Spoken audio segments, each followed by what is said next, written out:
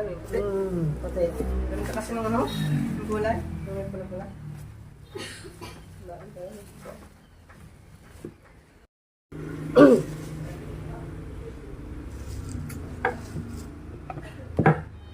Papay tayo, nagmamais.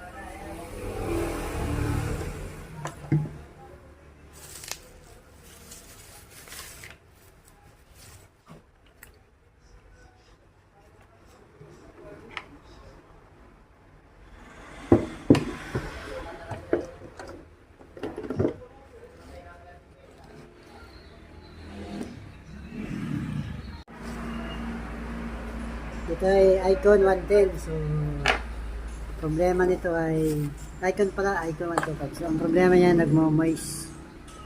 So, ang ginawa ko dati sa kanya, yan, nilagyan kong sealant. Yan, nilagyan kong sealant. Nabawasan naman daw yung nagmo-moist. So, ang problema, bumabalik. So, sa tingin ko dito siya nang gagaling. Dito. Gawa ng kapag maulan, nagmo-moist siya. Ito hanggang dito yan. So ngayon, papalitan natin dahil warranty. So, ito na yung bago. May plastic pa yan. Oh.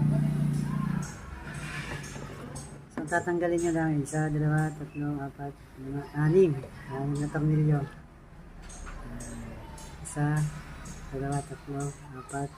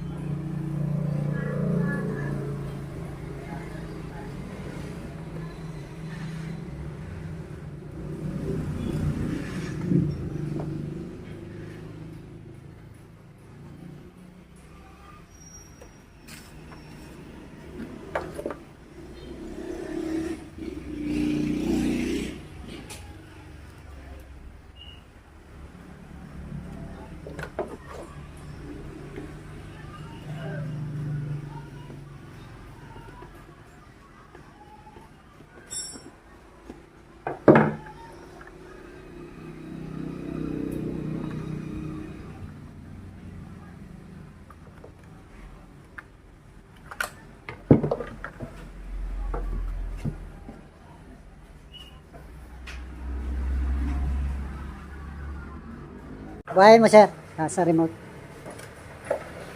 Titingnan natin kung may moist pa. Yan ay may plastic pa. Yeah, malinaw na ulit. Oh. Wala na ulit. Oh. May plastic pa, huwag mo na naman tanggalin. Tsaka ano ngayon, summer na, hindi na magmo-moist. Wala ang check engine.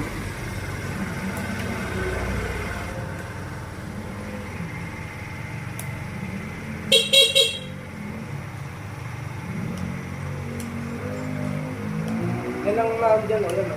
Yan lang po, yan lang po punti. Kung ito nagkakailaw yung taas. Sakit mo talaga ng ano, ano? Ay, wala nga. Wala yung... Hi. Gusto mo palitan mo na nga yan, sir. I-order na... Wala namang warranty ito. Oh, yan. Ah, ito. Kasi kailan pa yan? Ha? Kailan pa yan? Hindi, bibili na tayo dyan. Palitan na lang. Oo, paano na... Mga 150 siguro to. 150? Oo, wala kang ilaw pag hindi natin pinalitan. Kaya nga. Oo, yan. Pipitik-pitikin mo. Oh. Okay, yan. Yan, isa lang. Oo, sa susunod. Wala nga. Walang high, oh. Wala nga, nawala bigla. Meron ka passing, oh. Meron. Pero, para magkailaw, yan naman, papalitan natin pag meron kasukat. Pag walang kasukat, dito pa rin. Hahanap muna tayo ng ano. Pasukat niyan. Oo. Dadalhin ko lang ito para matesting natin yung gagana ba, yung high-end lang. Ano? Yun, gagana naman. Kaya lang pag nagalaw mo yun. Kaya ano, pagsulian. Passing. Pero yung hazard mo nagana naman. Nagana naman pa yan. Nagana. Nagana naman. Nagpalit kasi tayo nito kaya titingnan natin.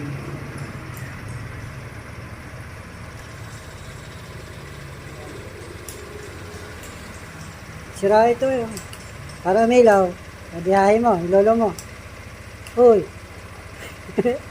Nagalahin mo muna. Grounded yata yan eh.